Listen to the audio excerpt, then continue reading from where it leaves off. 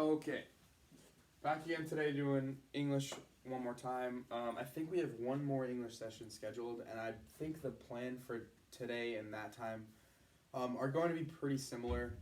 I've gotten through basically all of the concepts I want to get through with you guys with the types of different questions and things we could see. And I hope to have prepared you guys well enough to not be surprised by anything or not know how to do a certain type of question. Now I think the most important thing is just put that theory into practice. So for the next few days that I'm here, I just want to spend time going through and actually seeing how those things apply to the test. So basically today is just going to be all practice and questions, and that's basically all we're going to do.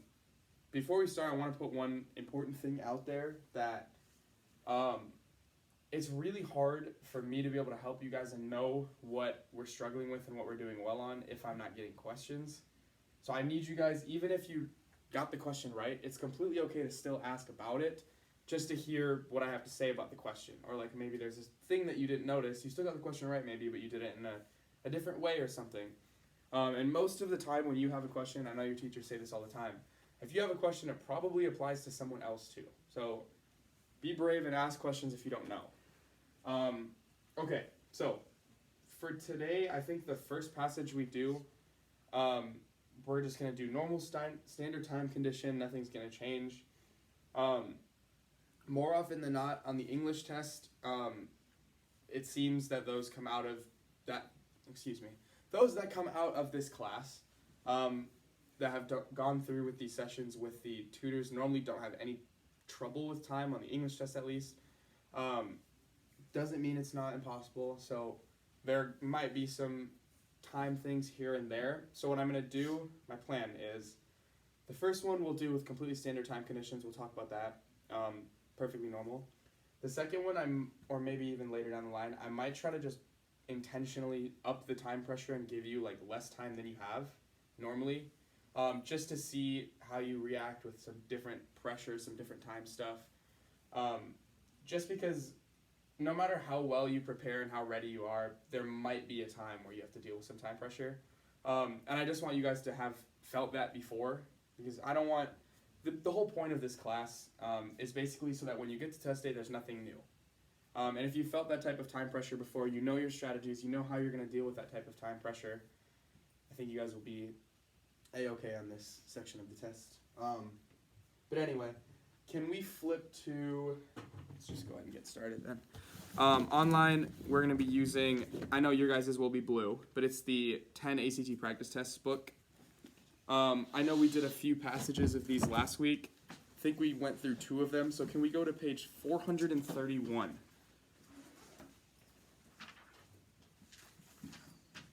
Whoa. 431 is where we are. It should be passage 3. Confirm for me that we've done passage 1 and 2 on those, someone? Sweet? Okay. So, we're going to go through passage 3, 4, and hopefully 5 if we can push on time.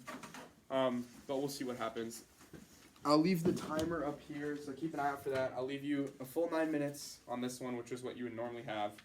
Now keep in mind, you want to be done a little bit before that, just because on the actual test, you do have to bubble answers as well, right? So on the last day that I'm here when we're practicing, we're going to practice with bubble sheets too, so that's not new for you guys, but just keep in mind you might need like an extra 30 seconds, so maybe aim for 8:30 as your limit there.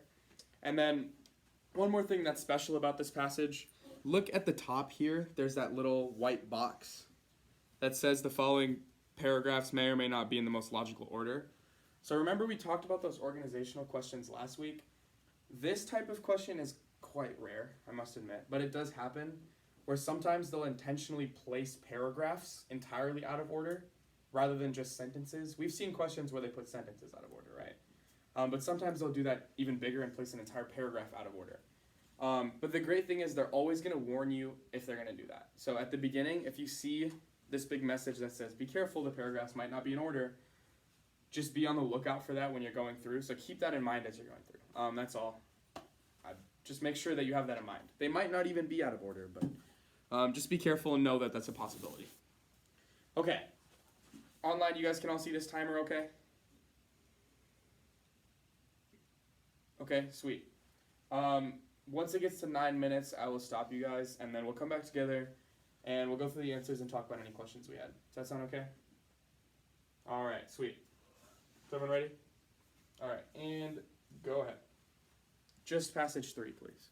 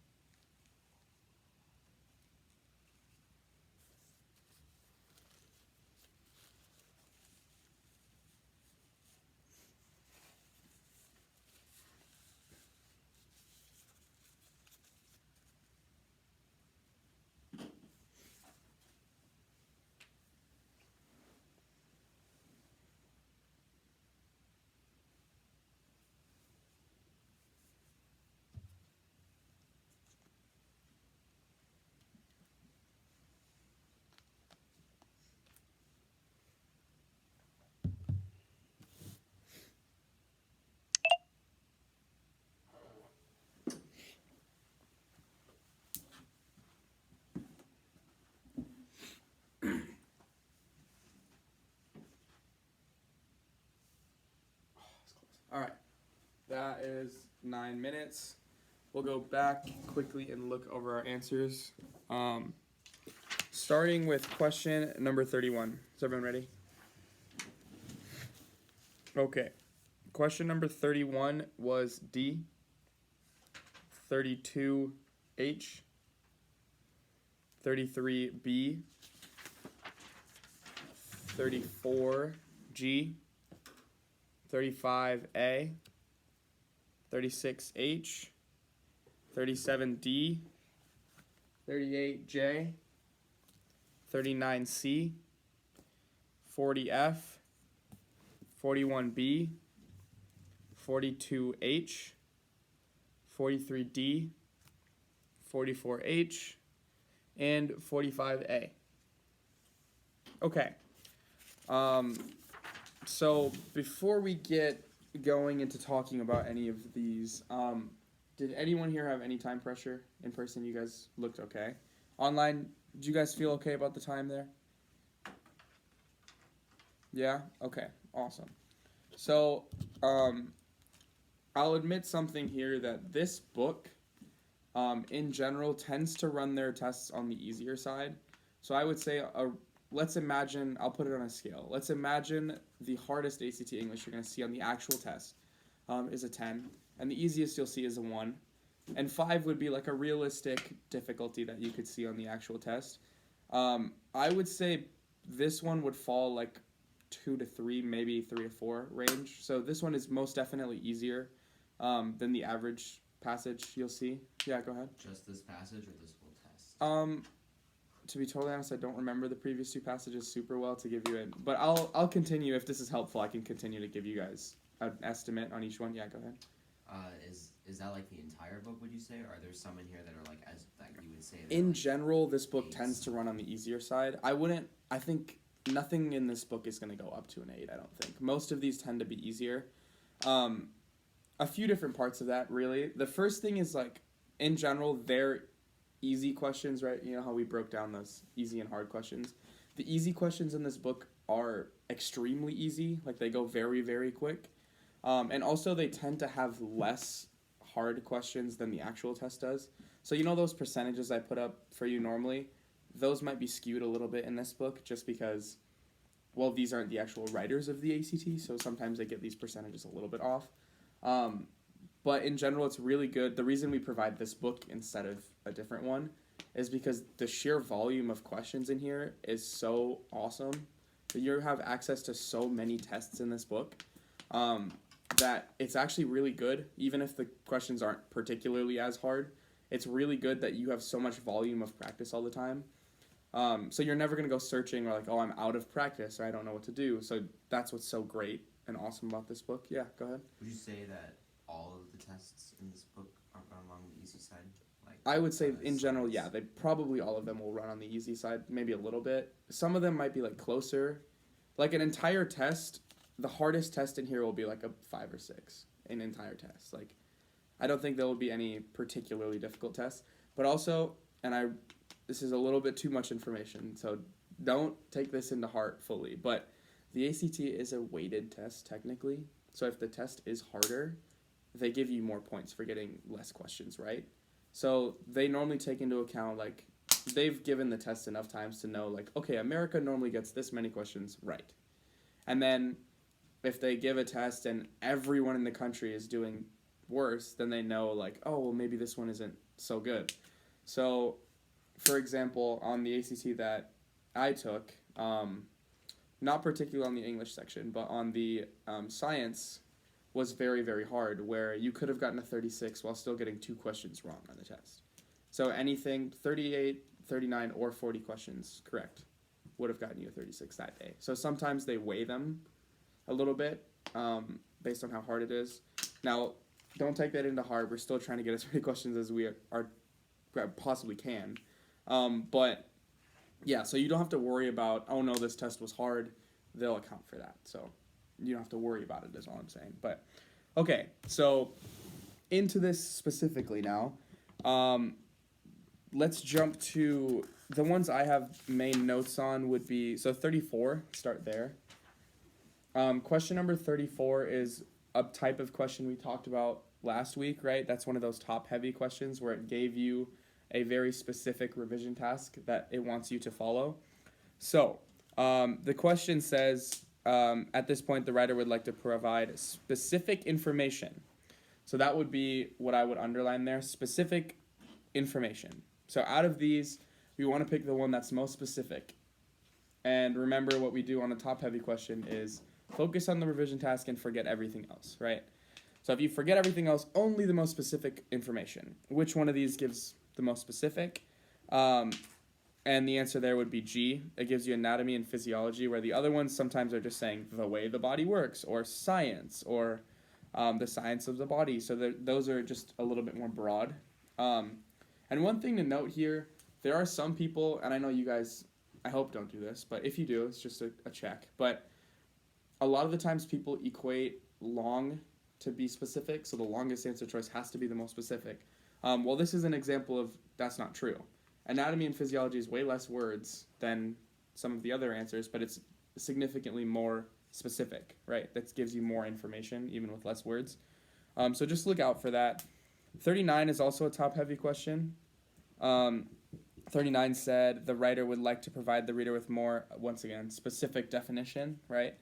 And then again, you're basically doing the same thing there. You want to forget everything else, pick the most specific thing. And then the only other one that was kind of interesting, for my end at least, was 45.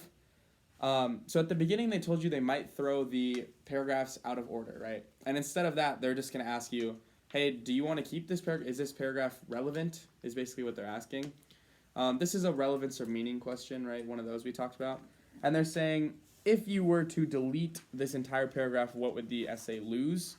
So this is one of those, the strategy I would jump to here is, remember we talked about looking at and using the main idea of a paragraph to answer a question. This is a great place to do that.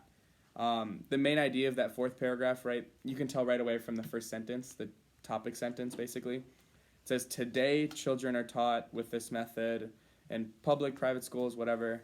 So it's basically talking about the relevance of it today, the current development of this specific method. And that would be answer choice A. Does those three make sense? If anyone wants more in depth, feel free to ask those ones too. But does anyone have any other questions? Yeah, go ahead. Number 38. 38. I felt fairly confident that the first sentence should be placed after the second sentence. Okay, so the question he asked was 38, and he says, so did anyone else have trouble with 38 and also pick F? That's a very reasonable answer choice there. I wouldn't know specifically because this test has never been administered, but I would say out of this passage, this would probably be one of the most missed questions, and I'm assuming a lot of people would have picked F as well. But this is one where you have to look for a pair, kind of, or like the relevance of what is happening. This is like a chronological thing, where you see how in the first passage we're kind of going through like the beginning of her life, and then we're going on how she developed this method, where it came from. So this is entirely, this passage is fairly chronological, right? It's going in order. That's what they wanted you to notice. And then the first sentence there says her observation of these children inspired whatever. So the observation of these specific children is what we're talking about, right? At the end of sentence 4, or sentence 4 basically is telling you what those observations actually were. So that's why it has to, those two are a pair. They kind of fit together, where sentence 4 is talking about, okay, this is what she observed. And then sentence 1 says, those observations inspired the rest of her life.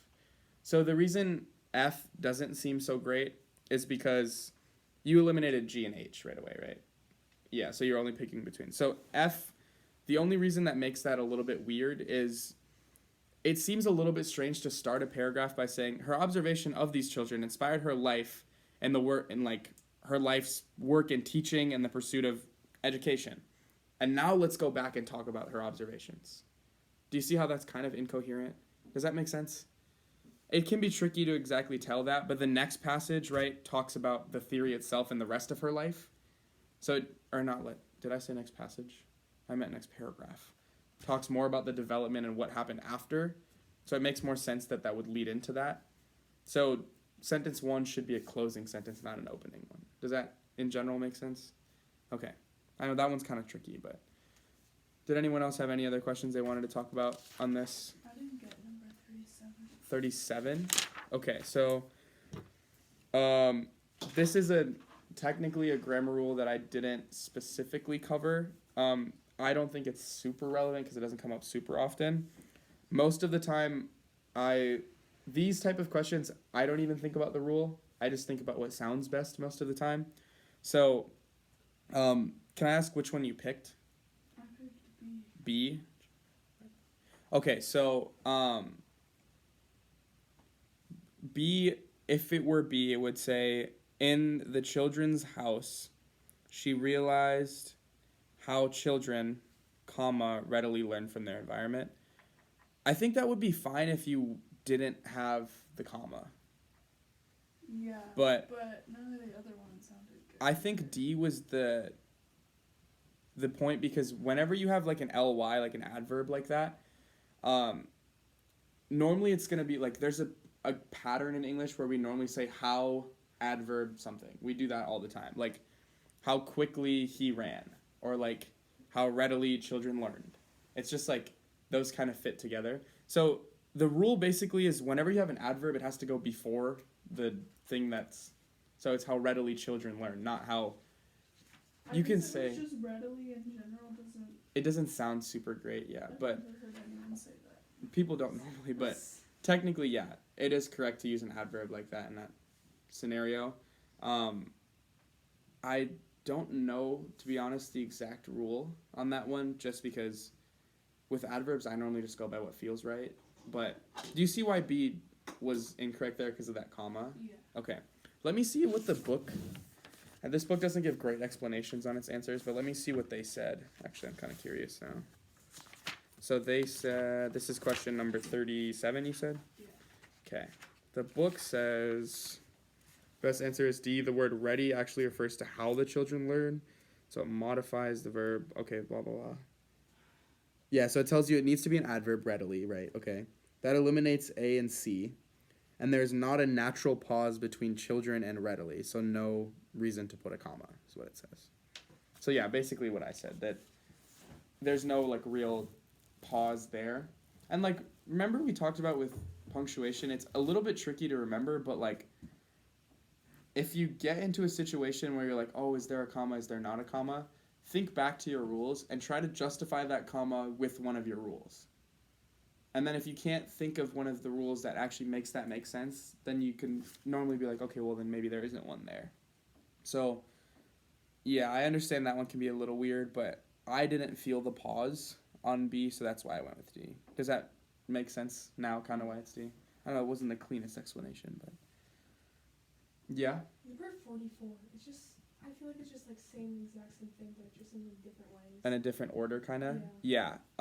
This is a common type of question that you'll have where, to be honest, normally when they give these questions, they're going to be longer. It'll be like an entire sentence almost, and it'll just say the same exact sentence, but in different orders. They'll just change the order of words. So you have to look out for is what needs to go next to what, and what sounds the most coherent are the two things you'd be looking for here. What if none of the sentences sound coherent? It happens sometimes. But you want to pick...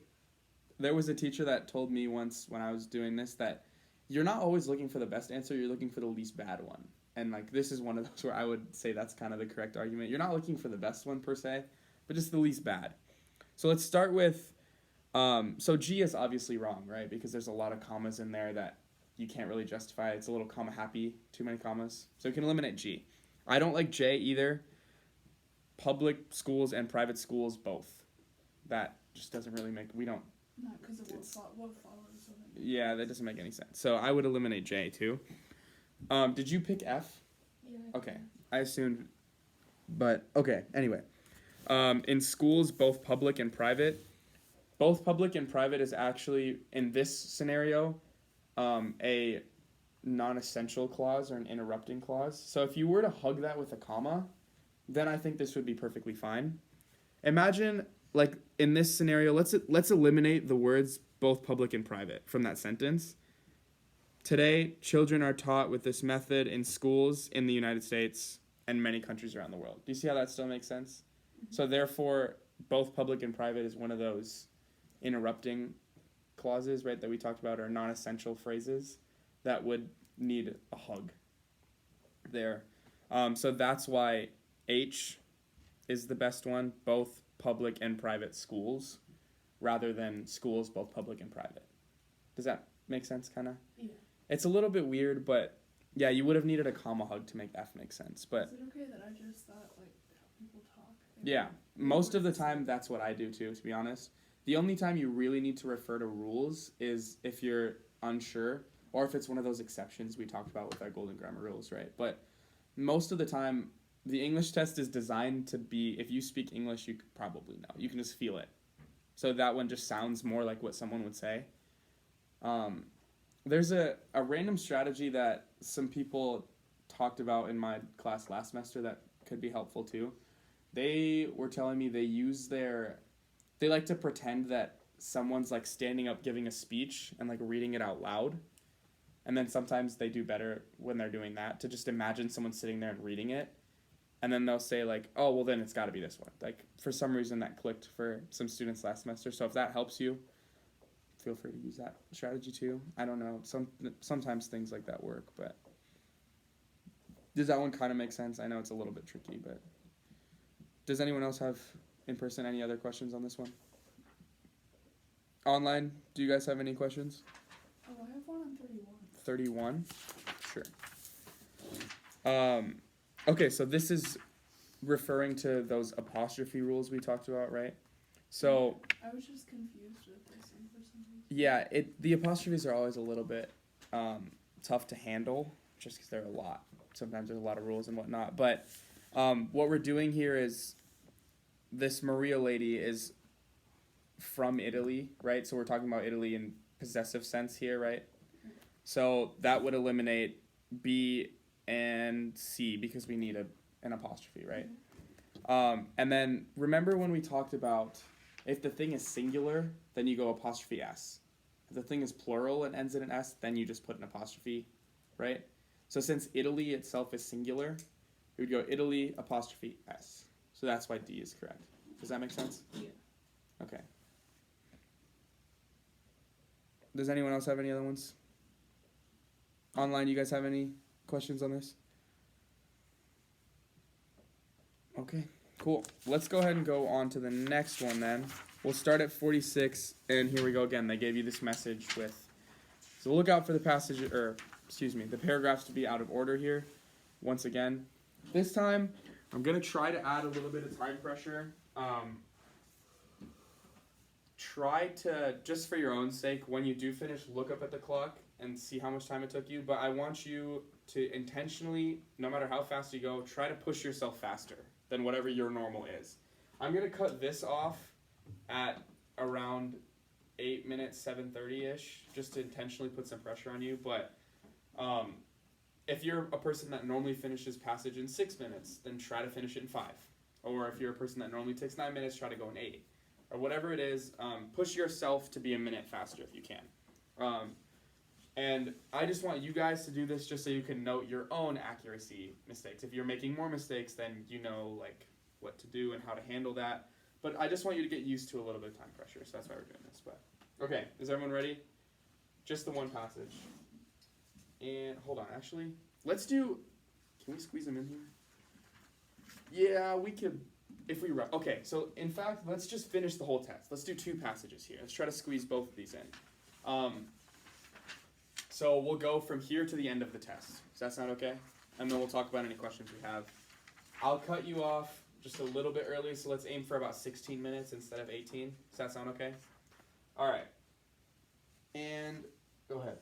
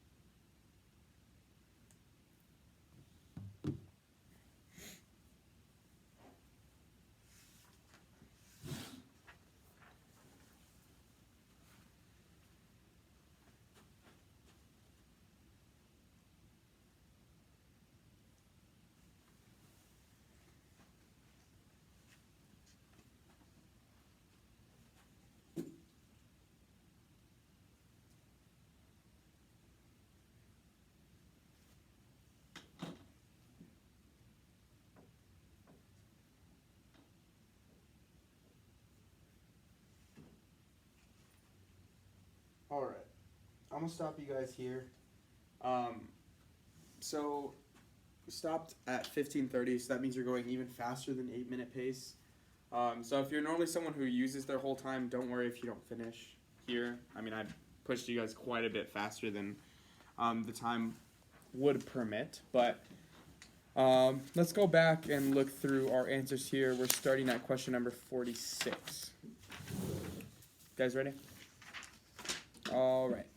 Question number 46 was G, 47A, 48H, 49C, 50J, 51D, 52J, 53B, 54F, 55C, 56F, 57D, 58G,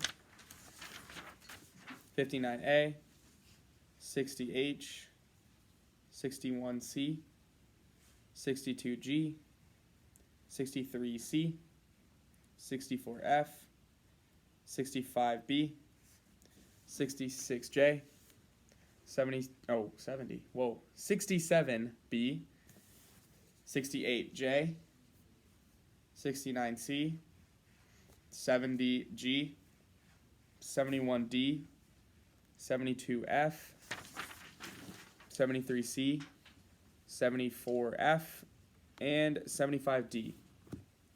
Okay, so I'm not going to go through and talk about every single one of these questions that I thought were noteworthy just because it seems like you guys have a pretty good grasp on those harder questions and you seem to get those. So I won't talk about anything you guys don't want. So let's just go through questions you guys have. Does anyone have any questions they'd like to look over right away? Online, feel free to ask as well. Yeah, go ahead.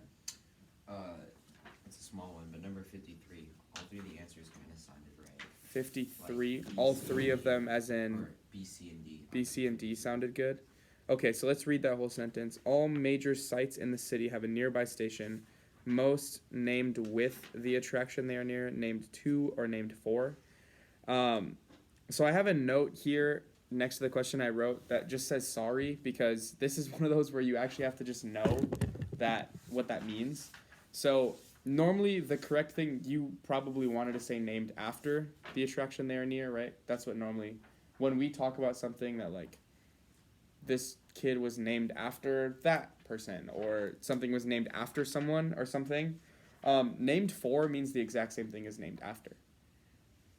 Named with or named to are, it's not the right word we're looking for. So named for means the same thing. That's why it would be B.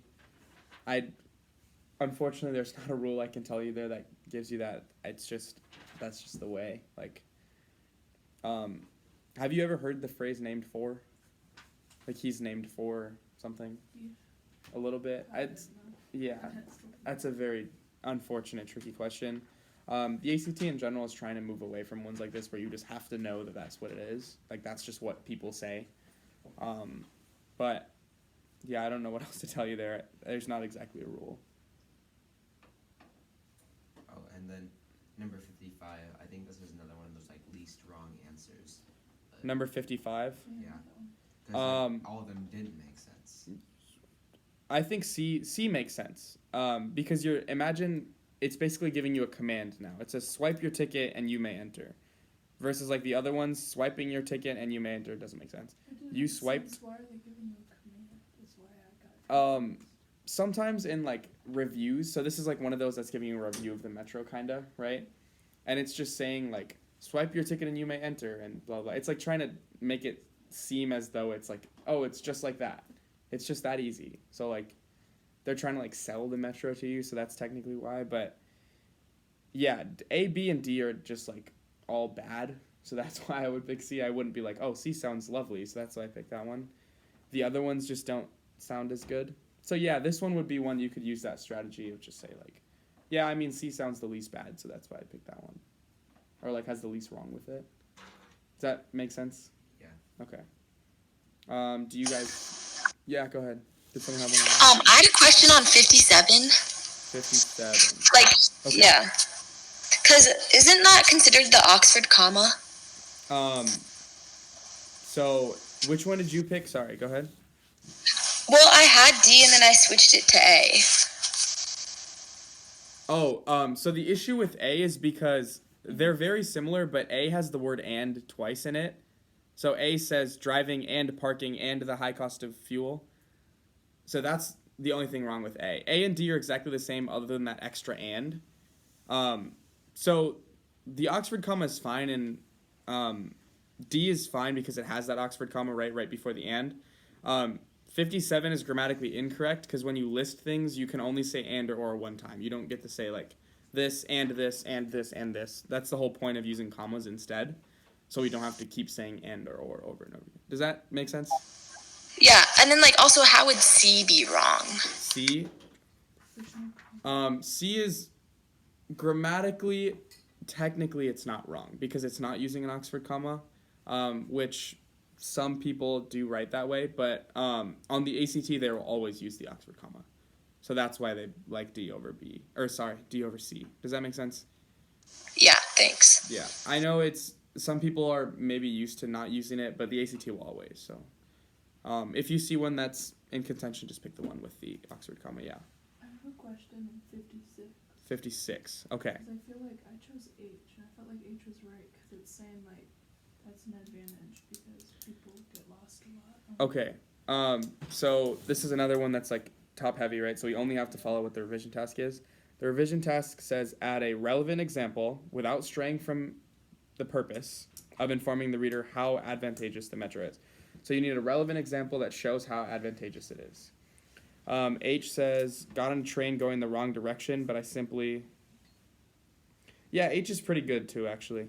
G and J are pretty bad, yeah. I think the reason it likes F better is...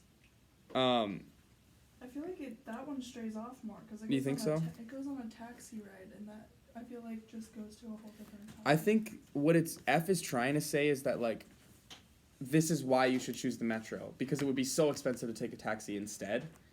But I see what you're saying with H too, so I'm kind of curious what the book 'Cause says it's about like that. It's an advantage. Yeah. It's not talking about, I guess. I think you're right, yeah. That makes good sense. Let's see what the book says.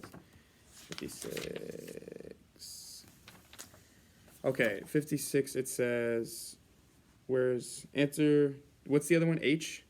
H. Okay, so the book's explanation says, answer choice H does this too, but to a lesser extent. What? And that's the whole explanation That's it gives you. terrible. So, yeah, that actually makes perfect sense what you said to me. So I think this would be one of those questions. Occasionally, the ACT messes up and puts a question where there was 2 right answers, and they just omit the question. And this was one I would probably omit because, yeah, I completely see your point with H. I'm surprised that Is that's there a not like choice. a universal, like, say an ACT test with like the entire country, but they can like make a mistake like that? You'd be surprised how often it happens because sometimes, so the people that test it is like, do you know, have any of you taken the test before? Okay, well, at the end of the test, you guys can feel free if you don't care about this, you can go on break now, we'll be done. But, so what happens is they give you a test 5. So there's 4 tests on the ACT, right? They'll give you a test 5, and it doesn't affect your score. But they basically just use that test to calibrate or check how difficult their questions are. And sometimes that one might be an English test. They'll be like, here's 15 extra English questions. And they're just checking to see, like, is this okay to put on an actual test, basically. And sometimes they'll catch mistakes there, but sometimes what happens is, I know, and I really don't do this, but I did do it once, where they said test 5, they're reading the directions, I was like, test 5, what the heck? And they're like, it doesn't affect your score. And I was like, oh, okay, I don't care. So then they handed the test, and I just bubbled A for all of them, and I just didn't even look at the test. And sometimes when people do that, they get incorrectly calibrated results, and they might put something on the test that actually isn't a good question or, like, doesn't make sense, because people like me went around and messed with the data. So don't do that, but sometimes it can happen where they make mistakes like that. And it's also very difficult because they have to change the test every cycle, right? Because imagine if you took the test in April and then in May and it was the same test. You know how much easier it would be to do it in May? Just remember the answers. So when they have to keep constantly changing the test, it's hard to make a test the same difficulty over and over again when you're doing entirely new stuff. So sometimes they'll put a question that's just way too hard. So it happens every once in a while, and they'll account for that, so you don't have to worry about it. But okay, I will let